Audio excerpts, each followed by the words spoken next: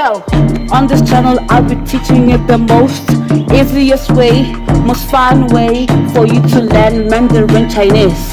Yeah, now, let's start learning. Buckle up.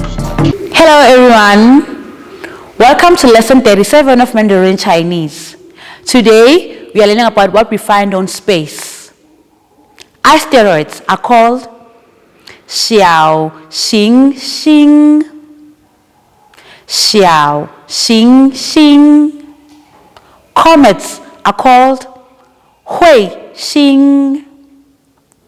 彗星.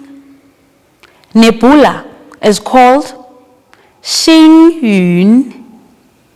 星云. Meteors are called 流星.